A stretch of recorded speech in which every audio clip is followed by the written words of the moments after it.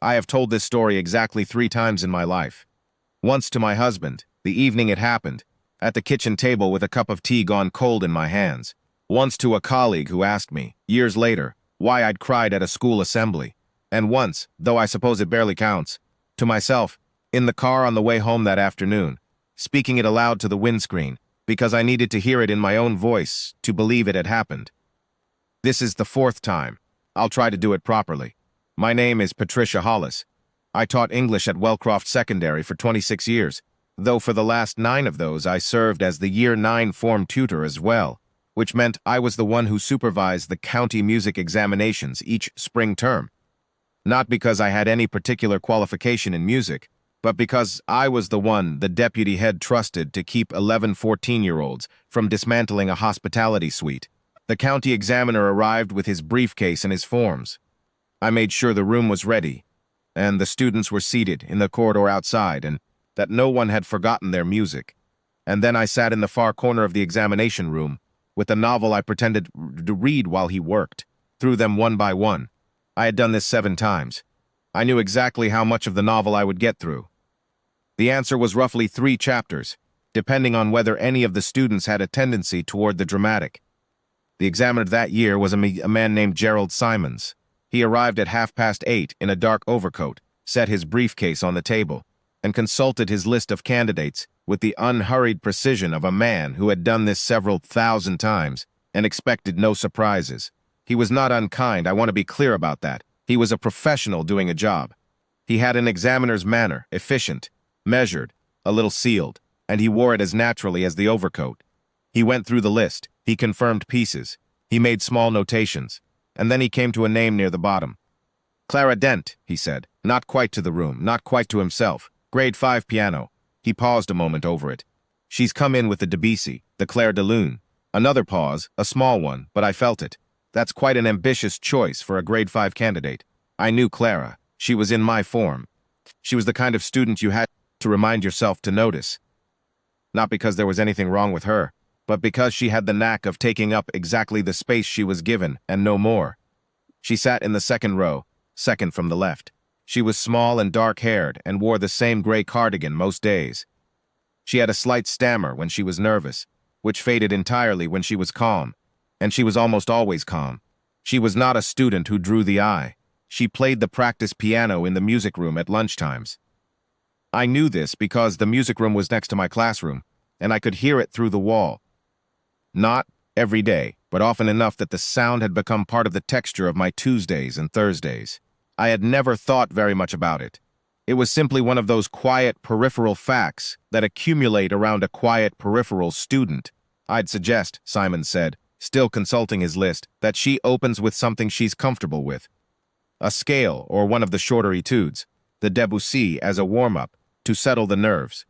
It would be a shame to attempt something beyond her current reach and not show herself to best advantage. This was not said cruelly. I want to be clear about that too. It was said the way a doctor might suggest that a patient not attempt the stairs too soon. But I was sitting in the far corner of the room, and I was watching the door, and I saw through the narrow rectangle of glass set into it Clara Dent's face. She had heard him. She was standing in the corridor with the other students, her music folder held flat against her chest, her dark eyes still. She had heard every word, and she did not look wounded, which is what I braced for. She looked, and I have spent a long time trying to find the right word, resolved.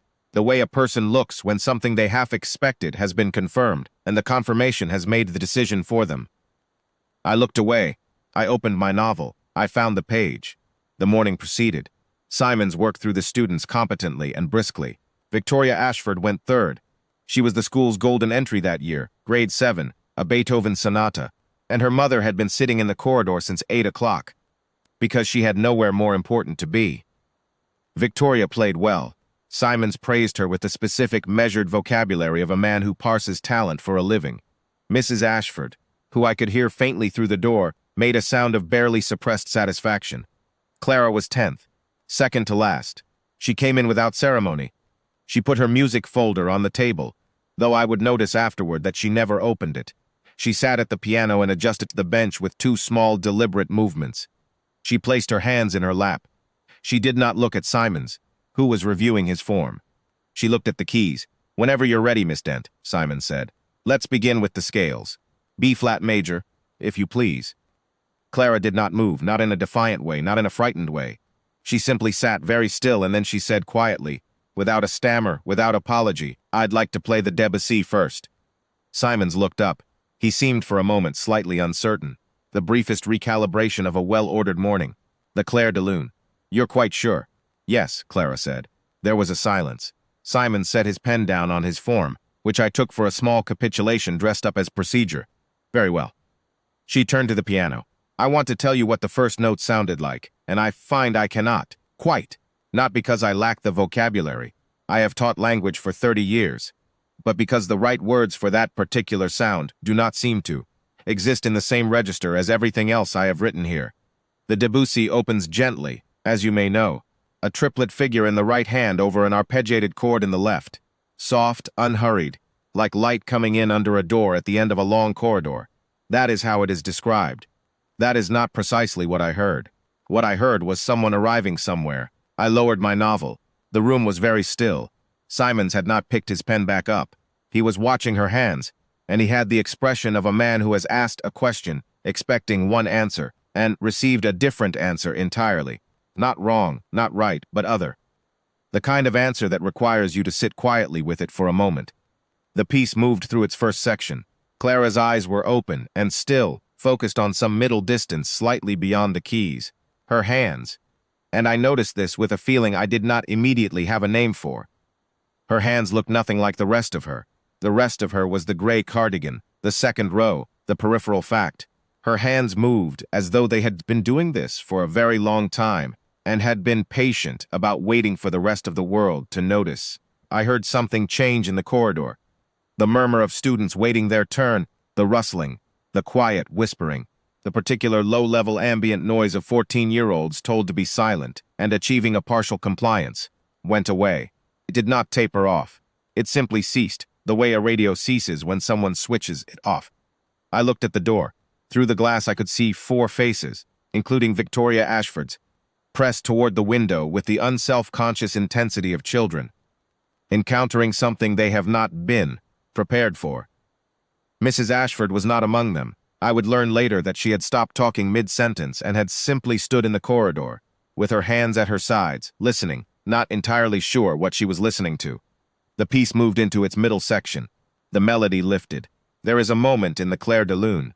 If you have heard it, you will know the one, where the bass drops away and the right hand is briefly, nakedly alone, carrying something that feels almost too large for the notes that hold it. Clara played that moment without hurry, without sentiment. She did not lean into it. She simply let it be what it was, and what it was turned out to be more than enough. I became aware that the woman beside me, the school's accompanist, who had come in quietly at some point to sit near the back, and who I had barely noticed, was pressing her fingers to her mouth. Simons had not moved. He had not touched his pen. His form lay on the table with the last completed row visible, Victoria Ashford's name, her marks, his small tidy notations, and below it, Clara Dent, and below that, nothing.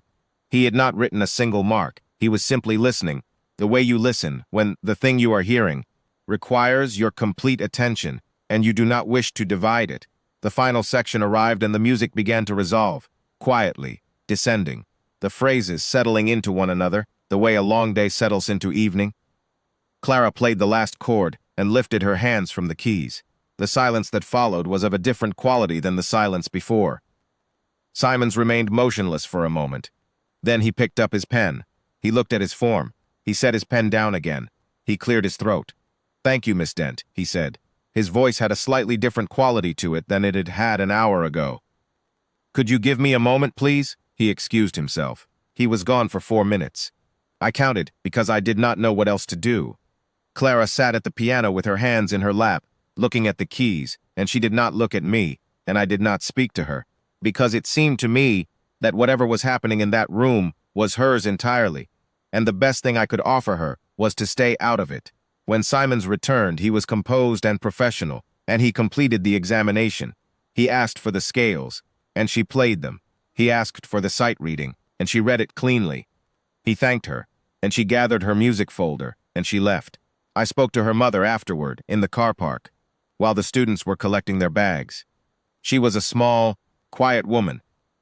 I could see where Clara came from, and she listened to me describe what had happened with an expression that I would have called, if I had to name it, recognition, as though she had been waiting for someone else to see this thing she had known for a long time. She learned it for her father, she said. He used to hum it to her, from when she was very small. He died last March. She said it plainly, the way Clara did things. She stopped playing it after he went. Couldn't get past the middle section. It would have been his birthday last week. She paused. This morning she told me she was going to finish it. I did not say anything for a moment. I did not have anything adequate to say. She never told anyone, Clara's mother said. Not even her teacher. She just played it through the wall at lunchtimes. Trying to get back to it. Through the wall, at lunchtimes. In the room next to my classroom, on my Tuesdays and Thursdays, for the better part of a year, I had heard her. I had simply never known what I was hearing. 3 weeks later, I received a note from the county music office with the examination results. Clara had passed her grade 5 with distinction, which surprised no one who had been in that room. What was attached to the results, which was unusual, and which the county office had been good enough to forward, was a personal letter from Gerald Simons to Clara. I will not reproduce it in full. It was not written for me.